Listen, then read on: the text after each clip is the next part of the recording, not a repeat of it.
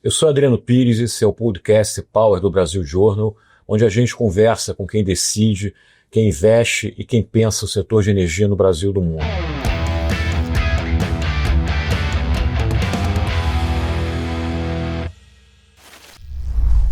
O episódio de hoje vamos falar sobre energia nuclear, sobre a questão da eletrificação no mundo, a necessidade de mais energia elétrica, falar da densidade que essa energia nuclear tem no mundo, ela que foi meio demonizada e que agora está voltando a ser protagonista na cena energética mundial. E vamos falar também da questão de licenciamento ambiental, setor petroquímico, enfim, alguns temas que são muito caros ao nosso convidado de hoje, né? O nosso convidado de hoje é o deputado Júlio Lopes, é um dos deputados mais atuantes no Congresso Nacional, deputado aqui pelo Rio de Janeiro, meu amigo de muito longo tempo, né? Júlio, muito obrigado por você atender a gente aqui no teu escritório no Rio. É um prazer estar com você. Quero muito te agradecer. Nesse setor, nada mais power do que você, ainda mais no Brasil Journal. Então, para mim, é uma honra muito grande. Quero aqui, em nome do Brasil Competitivo, que eu tenho a honra de presidir, dizer que nós temos aqui muito que entender essa complexidade que é o sistema nuclear brasileiro, o sistema energético brasileiro, que você é um dos maiores e melhores conhecedores, né? Nós estamos diante de um novo nó, que é a SMP do setor elétrico, né? Eu acho que a gente encarece ainda mais a energia brasileira, tem a certa honestidade distributiva, tem aí uma visão distributiva importante do ônus da energia no Brasil, mas a verdade é que nós vamos continuar com a energia, a segunda energia mais cara do mundo. E isso não pode permanecer, né, Adriano? Eu acho que é o começo que eu queria dar para quem está falando de infraestrutura e competitividade.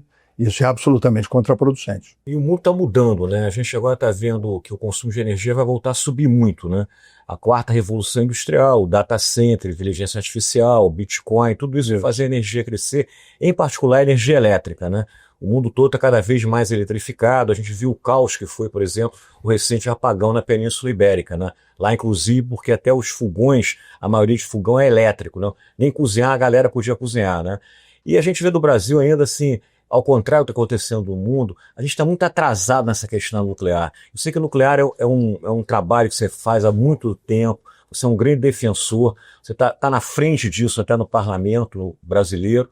Por que a gente continua patinando a energia nuclear no Brasil, né, Gil? Por que a gente não acaba com essa bobagem que termina a H3, que é um absurdo total? Adriano, eu acho que é descaso, falta de conhecimento e incapacidade do governo, né? Eu acho, e tenho dito, né, com todo respeito, o ministro da Casa Civil foi muito infeliz de não ter consignado o voto no Conselho Nacional de Política Energética.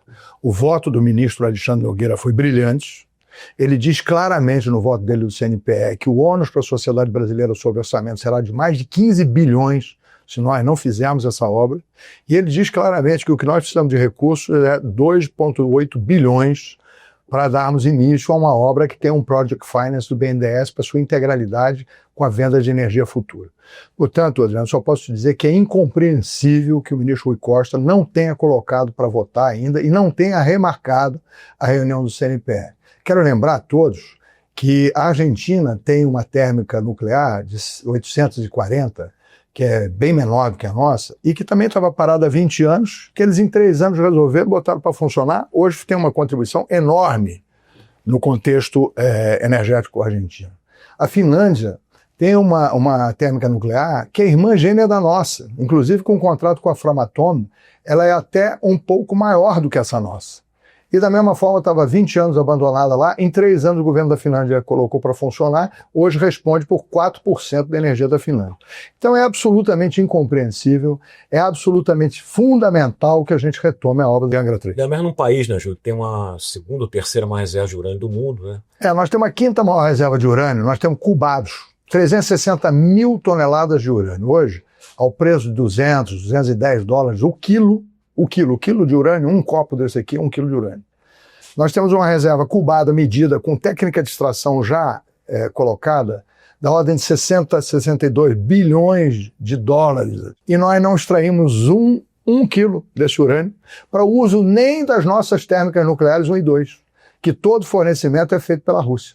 Enfim, é um absoluto descaso, a gente não entende. Nós da Frente Parlamentar, todos os deputados, estamos absolutamente convictos que uma das grandes soluções do mundo são os pequenos reatores. Claro. As 4 majors mundiais, o mundo tem 7 grandes empresas que valem mais ou menos 3 trilhões de dólares. A Amazon, a Microsoft, Apple já decidiram por fazer pequenos reatores nucleares para energizar os seus data centers, para energizar os seus centros de dados. Portanto, é uma coisa que o mercado global todo já está direcionado para isso. Nós, graças a Deus, temos inclusive empresários brasileiros, quero aqui registrar, o Jorge Nemer, da Diamantes, está em desenvolvimento de um SMR brasileiro em parceria com a Rosatom. E isso vai ser muito importante para que a gente tenha uma primeira iniciativa privada nessa direção, mas tem que vir outras. No Brasil competitivo, por exemplo, a Scala, que está fazendo grandes data centers no Brasil, com investimentos da ordem de 12 bilhões de reais já feitos, e mais 12 bilhões por fazer, nós precisamos de fontes energéticas seguras, né? Porque o que é importante na térmica nuclear é que ela tem 85% de fator de potência, ou seja, ela despacha e entrega 85%. Outra coisa que é importante, você, meu amigo, minha amiga, que trata de infraestrutura, uma térmica nuclear, ela dura 100 anos. As nossas têm 40 anos e estão sendo renovadas por mais 40 e depois serão novamente renovadas por mais 40. Não dá para comparar com o sistema eólico, nem com o sistema solar, que tem uma resistência, uma durabilidade de 10 anos. Hoje, eu até estava falando com o Sandoval sobre a medida aí agora da MP do setor elétrico, né, a gente conversar, 32% da matriz elétrica brasileira hoje já é de solar e eólica, 22% de solar e 10% de eólica. Ele me pediu, inclusive, e eu vou fazer, a gente conversou, não sei se eu poderia ter falado isso assim, mas é porque é importantíssimo que a gente tenha P&D, pesquisa e desenvolvimento. Para eólico e solar. Para eólico e solar, por quê? Porque esse setor já atingiu um nível de maturidade, um nível de capacidade que precisa dar essa contribuição ao Brasil. Os próprios sistemas isolados da Amazônia, né, Júlio, poderiam usar pequenos reatores nucleares. Hoje a gente está queimando o diesel, esses sistemas isolados. Adriano, a gente gasta inacreditáveis entre 12 e 14 bilhões para o transporte do diesel que vai energizar essas regiões. Quer dizer, é uma coisa absolutamente desmedida. 25% do diesel que a gente consome. Quer dizer, parece piada. Parece piada, pronto. É piada, Adriano. Porque tudo para não dar certo. Porque, inclusive porque o óleo, ele pode cair, ele pode ser desperdiçado dentro d'água, ele tem toda uma sinistralidade ambiental que uma bateria ou um SMR não tem. Isso. Então, hoje você tem em Sochi, lá na Rússia, né, um reator embarcado, que é um dos primeiros reatores embarcados do mundo, que ilumina toda aquela região e energiza toda aquela região. Eu, inclusive, tinha proposto a Rosatom para trazer esse reator para iluminar a COP30 aqui, dar energia para a COP30. Mas, infelizmente, por questões de temperatura, porque lá é muito frio, o barco não teria condição de operar no Amazonas por causa da questão de temperatura. Mas outros reatores poderão ser condicionados e feitos para essa região especificamente, e nós temos um programa aí de pelo menos 14 bilhões por ano de investimento para colocarmos SMRs nessas regiões. Claro. Portanto, é incompreensível que a gente não faça isso, Fabio. Júlio, e Angra 3, termina ou não termina? Eu quero apostar com todo mundo que termina, porque não é possível que esse descaso, que esse desentendimento, que essa falta de compreensão da realidade energética global continue no Brasil. Eu estou dizendo isso, Adriano, com muita liberdade, porque quem diz não sou eu não, é o Fatih Birol, que é o presidente da Agência Mundial de Energia do mundo. A energia que mais se transformou, a que mais se modificou, a que mais inovou é a energia atômica. Portanto, o Brasil não pode, com toda a tecnologia que tem, nós somos um dos 4 únicos países do mundo que tem todo o ciclo do urânio, ou seja, nós temos o urânio, nós prospectamos e lavramos o urânio, nós enriquecemos o urânio até 20%. Eu não sei se você sabe, mas o reator nuclear ele trabalha com 5% de enriquecimento. Hoje a Marinha já consegue enriquecer até 20%. Então nós conseguimos fazer o ciclo inteiro e estamos inclusive fazendo um submarino nuclear, o que é um feito que só 4 países do mundo têm. Então como é que a gente vai desprezar as escolas brasileiras, os estudantes brasileiros, engenheiros que estão se formando, se preparando e que são respeitados e requisitados no mundo inteiro com esse descaso em relação à energia nuclear do Brasil? E é uma energia limpa, né, Júlio? É limpa. Você falou, tem uma densidade energética muito grande. As pessoas não entendem que a densidade energética, uma nuclear, ela gera uma quantidade de energia brutal, enquanto uma solar é maior, ela precisa de muita extensão de terra para gerar uma quantidade de energia grande. Então, a densidade energética nuclear, todo mundo sabe. É a maior de todas as energias. Exatamente. E se o mundo está cada vez mais eletrificado, como a gente sabe disso, quer dizer, sem energia nuclear, você não vai ter uma democratização da eletrificação no mundo. É isso aí. É impossível você ter. Só com isso. É só isso. Eu sei que também você é um grande crítico, você tem feito pronunciamentos lá no Congresso muito importantes sobre a questão desse licenciamento ambiental, que é outra coisa que aflige o Brasil, perturba os investimentos novos, os existentes. Na área de petróleo chega a ser uma outra piada pronta. Meu Deus. Outra piada pronta. E aí eu queria conversar um pouquinho sobre isso com você e também ver um pouco a tua opinião desse projeto agora que a Câmara aprovou, foi para o Senado aprovou, o Senado fez algumas modificações. Volta agora para já voltando para a Câmara outra vez. Fala um pouquinho para a gente desse assunto, que é um assunto realmente que a gente conversa com todos os setores de infraestrutura. Eu não estou falando só de energia, não, estou falando de todos os setores de infraestrutura. Isso é um grande obstáculo a ter investimento no Brasil, essa questão de licenciamento ambiental, para não falar agora do que está na moda, que é a margem equatorial. É isso que eu ia abrir, né? Quer dizer, pelo menos agora estão permitindo os testes de salvatagem na margem equatorial, já é um bom início, né? Mas, o Adriano, realmente é de estarrecer. A questão do licenciamento ambiental no Brasil é lamentável. O que eu tenho que registrar aqui, primeiro, um grande elogio à senadora Tereza Cristina, que é do meu partido, que é uma craque, e que fez um trabalho belíssimo, que eu tenho certeza que nós vamos dar um avanço grande na questão do licenciamento ambiental no Brasil, onde eu tenho algumas contribuições. Uma lei, por exemplo, que não está nesse pacote, mas que é muito simples, é de você usar as margens lindeiras daquilo que já foi licenciado, por exemplo, de transporte, de gasoduto, de mineroduto, de dutos e de cabos elétricos. Essas áreas todas têm áreas lindeiras de 50 metros para cada lado.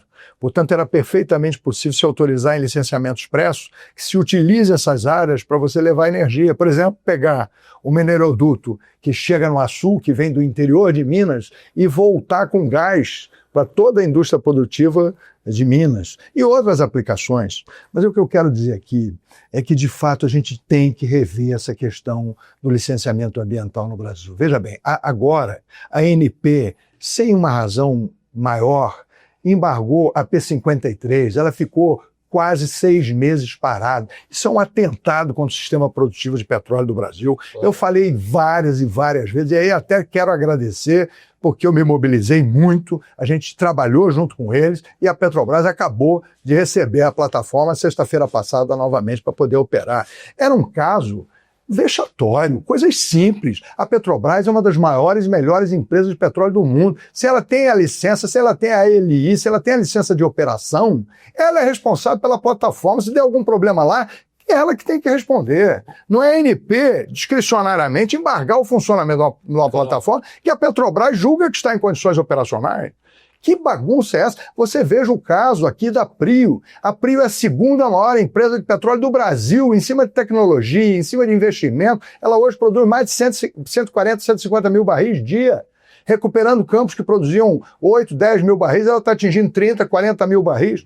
E aí vão para um campo dela lá para fazer manutenção. Ela teve agora que fazer uma licença de manutenção, porque o IBAMA está com pouca coisa para fazer, inventou uma licença de manutenção, Adriano. Isso é um atentado, é um crime contra o país, quer dizer, e nós no Congresso Nacional, nós temos que nos posicionar, nós temos que nos mobilizar contra isso. Portanto, meu amigo, qualquer coisa nessa área, estou pronto e formado para que aqueles que te assistem, aqueles que participam com você do Power, nos acionem para que a gente trabalhe no Congresso Nacional. Isso é muito importante, né, Júlio? Porque hoje o Brasil precisa de infraestrutura, né? Não só infraestrutura de energia, infraestrutura de rodovias, de ferrovia, de aeroporto. A gente é um país muito carente, né? A gente tem um custo, o Brasil está muito em cima da falta de logística que a gente tem e falta de infraestrutura. E parece que o IBAMA, em vez de também ajudar a encontrar a solução, ele procura problema, né? A margem equatorial é um exemplo clássico, né? Você está lá na Guiana, já com uma reserva quase do tamanho do pré-sal, explorando, já produzindo quase 1 milhão de barris por dia, e aqui no Brasil a gente não consegue dar um furo, né? O primeiro campo lá foi leiloado em 2013, Petrobras, Total e BP e a Total foram embora do campo, porque não desistiram de explorar, e petróleo, né, a gente sabe, a gente está numa fase de transição energética. O petróleo tem muita importância. Se não fizer agora, não vai fazer nunca mais. O protagonismo do petróleo ele tende a cair, né? O preço tende a ser reduzido, né? Então, quanto mais a gente demorar, menos riqueza a gente vai gerar para, como você sabe melhor do que eu, a área mais pobre do Brasil, que é o Arco Norte, Exato. Que vai do Rio Grande do Norte ao Amapá. Bom, a idiosincrasia é essa, né? A Venezuela querendo invadir a Guiana, o produto interno bruto da Guiana já multiplicou por 5, o PIB 5 vezes, É o país mais caro. a renda per capita multiplicou por 5, E nós estamos aqui discutindo se vamos ou não explorar a área meridional do Brasil. Isso é um atentado contra o país. Falar um pouquinho agora também de setor elétrico, né? Esse gás natural, né? Que você também é craque nisso. O setor elétrico, a gente sabe que está tendo a MP nova, né?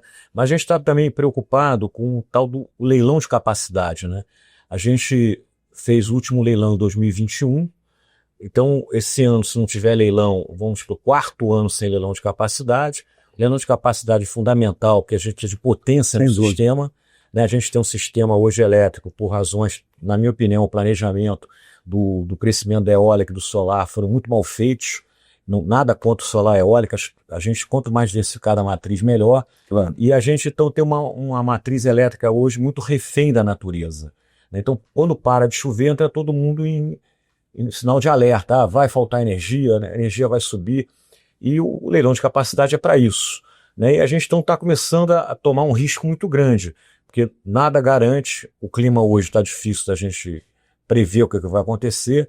Lembra que no governo passado você teve que fazer um leilão emergencial a um custo altíssimo do consumidor, de 4, 5 mil reais o megawatt-hora, e ao não fazer o leilão de capacidade, nós estamos outra vez caminhando, arriscando aí para um apagão ou para um leilão emergencial.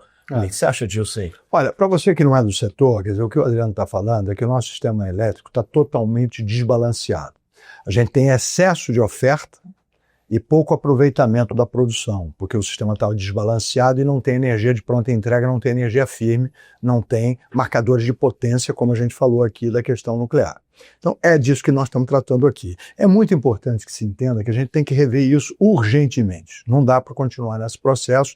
E a questão do leilão de capacidade, o ministro hoje é conhecedor do assunto. Ele garante que vai haver e garante que vai botar pelo menos 1 giga em baterias, que é o que eu venho advogando com ele já há bastante tempo, porque hoje essa tecnologia é dominada. Você tem empresas americanas, russas, enfim, de toda parte, né, norueguesas, enfim, que tem capacidade de entregar baterias para o sustento do nosso sistema, e a gente pode acessar isso nesse leilão de capacidade. Eu quero acreditar, Adriano, que isso vai ser realizado e não vai passar de outubro. Agora, o leilão de capacidade também é importante o gás natural, né? Sem dúvida. Porque hoje a gente tem o gás é uma tecnologia dominada, a gente tem as térmicas aí, a gente importa a GNL, tem terminais, né? E está todo mundo esperando, né? Porque se você não tivesse leilão de capacidade, você começa também a atrasar o próprio mercado de gás natural no Brasil, que também está difícil decolar, né? A gente já teve 2 leis de gás, vários programas de gás para crescer, gás para empregar, mas a resposta, por enquanto, tem sido assim, infelizmente. A oferta não cresce, a demanda não cresce e o preço da molécula só cresce, né? E a gente reinjetando aí 80 milhões de metros cúbicos de gás no pré-sal. O que a gente vê, né, infelizmente, é um preço, né, no Brasil absolutamente despropositado, é um preço absolutamente fora da realidade global, né? Nos Estados Unidos a molécula está entre 3 e 4 dólares, não é isso? E aqui no Brasil 12 a 15 dólares. Então é uma coisa assim infactível para o sistema industrial brasileiro, e esse é um dos pontos mais importantes para que a gente reveja. E isso tem que ser revisto exatamente nesse leilão de capacidade agora. Eu quero crer que a gente vai avançar. Eu estou acreditando no ministro, eu estou acreditando naquilo que ele tem colocado para nós lá na Comissão de Minas e Energia. Ele tem sido veemente nessa questão. Agora vamos ver se ele vence a letargia e a desestruturação do governo e consegue avançar com essa pauta. Voltando um pouco à MP do setor elétrico, vocês vão discutir bastante nos próximos 120 dias, pelo menos, né? O prazo da MP. É o prazo da vigência. Como você disse, a MP ela tem coisas positivas, tem coisas negativas, como sempre vai terá. Agora, o que me preocupa é que ela é muito mais, talvez, um programa social do que uma reestruturação do setor elétrico. Né? Por que isso? Você vai dar energia aí de graça para 60 milhões de brasileiros, até 80 kW/hora por mês, nada contra isso, acho que a gente precisa atender as camadas de baixa renda, mas você vai tirar dinheiro de outro consumidor, em particular a classe média, que me preocupa. A própria indústria também que gera emprego, né? E me parece que quer fazer subsídio, quer fazer programa social, deveria ser feito com o dinheiro do orçamento, não com o dinheiro do consumidor de energia elétrica. Sem dúvida. E essa é uma grande crítica que eu coloco. E a segunda crítica, Ju, é que me parece que o mundo, como a gente estava falando anteriormente, você está vivendo aí uma revolução industrial, uma 4ª revolução industrial, que é onde você vai vir com muito consumo de energia. E parece que a MP também não está atentando para isso. É verdade. Entendeu? A gente tem que atentar para isso, que isso já está aqui. Isso não é uma coisa que vai acontecer, já está acontecendo. E o Brasil pode ser, e o Rio de Janeiro, por exemplo, em particular, pode ser um grande receptor de data center. É isso mesmo. Agora, para isso a gente precisa ter segurança energética, né? Precisa ter os cabos de fibra ótica. E preços competitivos. Para a energia. O que a gente não pode fazer também, o erro do passado, é pegar essa energia do data center e mandar a classe média pagar. É isso. Você está colocando muito bem, aliás, como é próprio da sua ação profissional aqui, o que a gente precisa de planejamento do que será a oferta brasileira de energia firme, do que será aquela energia que você pode contar. Porque a energia eólica e a solar, elas são ótimas, mas como elas foram concebidas e como elas estão atuando hoje no Brasil, elas geram excesso de capacidade e excesso de custo, porque tem excesso de subsídio. Então, elas estão desestruturando, na realidade, o setor elétrico. Eu quero dizer aqui que votei, inclusive, o parecer foi meu, contra o royalty para a energia solar agora, porque eu acho descabido, porque os contratos não foram feitos com essa previsão, então eu votei contra. Mas vou votar agora favoravelmente ao pagamento de P&D. E vou também mostrar que a gente precisa de planejar melhor todo esse setor, para que a gente tenha efetivamente um setor elétrico organizado e disponível no Brasil com outra condição de preço. Nós não podemos continuar tendo a energia mais cara do mundo. A única energia mais cara do que a nossa é a alemã, que fez todos os erros possíveis e imaginários na área da energia nuclear. O que a gente precisa é efetivamente mexer no fiscal do Brasil. E a grande questão fiscal do Brasil, eu tenho a honra, inclusive, de ter apresentado uma MP, a MP do Saneamento Fiscal Brasileiro, que foi proposta por um consultor da Câmara, que é muito bom, que chama Paulo Bicho. Inclusive, jantei com o governador Tarcísio semana passada em São Paulo, e eu conversava sobre o Paulo. É um jovem, está cursando doutorado agora da Câmara, e ele fez uma proposta que é simples. Ele, pura e simplesmente, oferece o desindexamento, ou a desindexação, a palavra correta é desindexação, de todos os benefícios, ou seja, Bolsa Família, BCP, todas as assistências, para uma vinculação à remuneração da inflação tão somente. E também da Previdência Social. Porque a gente, tirando a indexação da Previdência e dos benefícios sociais, em uma década nós vamos economizar 1 trilhão e 400 bilhões. Isso é dinheiro suficiente para a gente remanejar a energia para o fiscal, o custo da energia, que é lá onde ele deve estar. Eu quero chamar a atenção aqui que o governo Macron fez isso recentemente, reestruturou todo o preço da energia na França, uma grande reestruturação de competitividade do sistema produtivo francês, e nós precisamos fazer isso. Mas a gente precisa organizar o fiscal primeiro. A gente tem possibilidade de fazer isso. O ônus sobre a população e sobre a Previdência serão pequeniníssimos, porque na realidade a gente está falando de um crescimento real de 3%, que é o crescimento do salário mínimo, que é quase que desprezível, mas você tem o volume de entrantes na Previdência são de 6% ao ano. É absolutamente impagável. Quando você soma 3 com 6, dá 9. O Brasil quebrou e a Previdência brasileira está completamente quebrada. Então, para tratar corretamente da energia que nós precisamos tratar, nós temos que corrigir o fiscal como um todo. E corrigir o fiscal como um todo é desindexar o Brasil. Você lembra quando teve a URV? Você lembra quando o real foi implementado no Brasil? É exatamente o mesmo momento. Desindexar. Tirar tudo de cima da pressão do salário mínimo. Porque o salário mínimo, sim, tem que aumentar, porque ele tem que entusiasmar, motivar o trabalhador brasileiro. Mas o aposentado, o cara do BCP, o cara do benefício social, que tem que ser assistido, sim, a correção monetária da inflação é suficiente e razoável para que a gente siga, entendeu? Por que é cara a tarifa? Exatamente o que você falou, porque tem um subsídio gigante para todo mundo aí. Hoje a conta é 48 bilhões, já está em 40 bilhões. Esses 3,6, se o governo estiver certo, para dar energia agora... Já vai para 51. Para 51. Então, se você não acabar com o subsídio, não vai ter tarifa barata. Linha de transmissão, você começou a construir linha de transmissão no Brasil, foi sucesso, leilões, mas muito em função de eólica e solar, que ficam linhas subutilizadas. É o segundo elemento que faz a tarifa ficar cara. Então, ou a gente enfrenta esses problemas... Esse aqui é o tal do subsídio errado. Esse que é o subsídio errado, exatamente. Então, agora você vê, um tema que não está na MP e precisa ser tratado é a questão do curtailment. Hoje o ONS está despachando mais térmica e deixando despachar eólica e solar para a questão de segurança do sistema. Até porque, vamos lá, o próprio tema transição energética hoje, a transição parece que deixou um pouco a cena e entrou o quê? Segurança energética e energy addition. Nós temos que adicionar energia no sistema, nós vamos tirar a energia do sistema. E eu brinco o seguinte, que o curtailment no Brasil, o que é?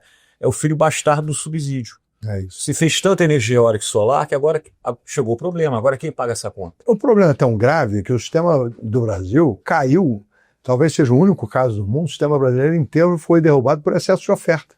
Excesso de oferta não planejada entrou na rede desconexadamente, derrubou o sistema. E assim vai continuar a acontecer se a gente não der um grande mapeamento de equilíbrio. Mas eu acho que aqui, Adriano, o problema maior que você colocou, e no meu entendimento é o mais grave, é que preço nós precisamos ter de energia para que a gente seja o país opção de investimento do futuro. Que preço nós precisamos ter de energia para que a gente atenda às perspectivas de desenvolvimento e necessidade do povo brasileiro. Essa é a premissa básica que o sistema precisa ser construído em torno dela. E não me parece que em nenhum momento essa MP tenha tido essa preocupação. Volto a dizer, ela tem os seus méritos, como você colocou, são méritos distributivos, são méritos de atendimento ao mais pobre, que não pode, obviamente, ser negligenciado, mas a principal meta, que energia e a que preço o Brasil precisa ter para ser a opção do mundo em termos de investimento e desenvolvimento. Você é relator de um programa importante para a indústria petroquímica e química brasileira. Muito obrigado, muito obrigado. Então me faz um resumo do que está acontecendo nesse projeto e a importância disso para esse setor também que está com uma situação muito complicada, né? Basta ver a situação da própria Braskem, né? Que não está sendo resolvido, vai resolver uma hora qualquer. Como é que é esse programa da indústria petroquímica que você está relatando? Bom, eu tenho a honra de ser relator do PRESIC, que é o programa para a indústria básica do Brasil, que é a indústria das indústrias, né, que é a indústria petroquímica. Esse programa ela tem duas grandes vertentes. Uma é na transformação para que você tenha uma petroquímica verde. Portanto, você, num primeiro programa, você tem até 5% de compensação, até 4 bilhões de reais, para que as indústrias adquiram insumos verdes, trocando a nafta por gás, enfim, fazendo com que a produção petroquímica seja mais verde, e você tem a questão da inovação de P&D de até 1 bilhão por ano, também fazendo sistemas inovadores para os sistemas petroquímicos brasileiros. São essas duas grandes opções, mas a verdade é que o Brasil e a sociedade brasileira, e aí, Adriano, é muito importante o seu papel e da imprensa do Brasil Journal, precisa entender por que a gente tem que subsidiar a indústria petroquímica, porque isso é uma competição global. A Braskem, que é a petroquímica aqui do Rio de Janeiro, ela precisa dobrar de tamanho, e ela é a quarta ou quinta maior do mundo. E ela precisa de investimento. Você vê o seguinte, é uma coisa de doido. Durante a guerra, o sistema petroquímico russo cresceu 3,5%. A petroquímica na China cresceu 9,4% em 2024. Os Estados Unidos colocou 1,7 trilhões de dólares em subsídio na indústria petroquímica no ano de 24, fazendo com que o shale gas seja acessado pelo sistema petroquímico americano, colocando o insumo num custo zero. E nós aqui deixando a nossa petroquímica quebrar. Hoje a situação da Braskem é uma situação de sequestro do sistema bancário brasileiro, ela não tem fluxo, ela não tem capacidade de investimento. Precisamos reordenar essa questão e o PRESIC é uma contribuição muito importante. Então eu tenho a honra de estar relatando isso, quero brigar para ter relatoria em plenário, mas é muito importante, Adriano, que a sociedade brasileira entenda que o mundo inteiro subsidia a sua indústria petroquímica. A Europa, que tem negócio de subsídio, 1,4 trilhões em 2024. Então não se trata de outra questão, a não ser temos sim que subsidiar a nossa indústria das indústrias para que a gente tenha matéria-prima na base da indústria, num preço competitivo, num preço que a gente possa efetivamente estar globalmente competitivo. Júlio, muito obrigado por essa nossa conversa. A conversa foi ótima. Acho que a gente tratou de diversos temas fundamentais hoje para a infraestrutura brasileira ir para frente, né? Começar pelo nuclear, passando pelo gás, energia elétrica, agora pela indústria petroquímica.